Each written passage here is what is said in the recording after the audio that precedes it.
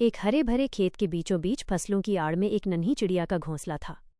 उसमें उसके 2 छोटे बच्चे रहते थे, जिनके पंख अभी पूरी तरह खुले भी नहीं थे। फसल अब पककर सुनहरी हो चुकी थी, यानी कटाई का समय आ गया था। एक दिन किसान खेत पर आया।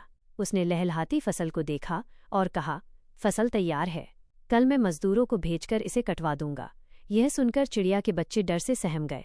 शाम को जब माँ लौटी तो उन्होंने घबराते हुए कहा, माँ, आज किसान आया था, वह कल मजदूरों से फसल कटवाएगा, हमें यहाँ से भागना होगा। चिड़िया ने मुस्कुराकर अपने बच्चों को पंखों में समेटा और बोली, डरो मत मेरे बच्चों, कल फसल नहीं कटेगी, तुम चैन से सो जाओ। और सच में अगले दिन कोई मजदूर नहीं आया। खेत वैसे का वैसा खड़ा रहा। अगले दिन शाम को किसान फिर आया। उसने देखा कि काम नहीं हुआ है।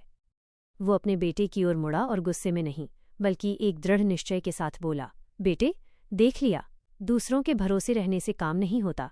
कल हम किसी का इंतजार नहीं करेंगे। कल सुबह हम खुद हसिया दरांती लेकर आएंगे और अपनी फसल काटेंगे। ये बात बच्चों ने फिर सुनी। जब माँ लौटी तो उन्होंने बताया, माँ, आज किसान कह रहा था कि कल वो और उसका बेटा खुद फसल काटेंगे। ये सुनते ही चिड़िया गंभीर हो गई।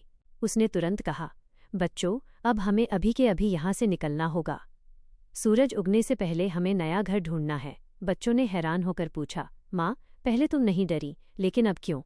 चिड़िया ने एक बहुत सुंदर बात कही, बेटा, जब तक इंसान काम के लिए दूसरों मजदूरों पर निर्भर था, काम टल सकता था। लेकिन अब उसने अपना काम स्वयं करने की ठान ली है।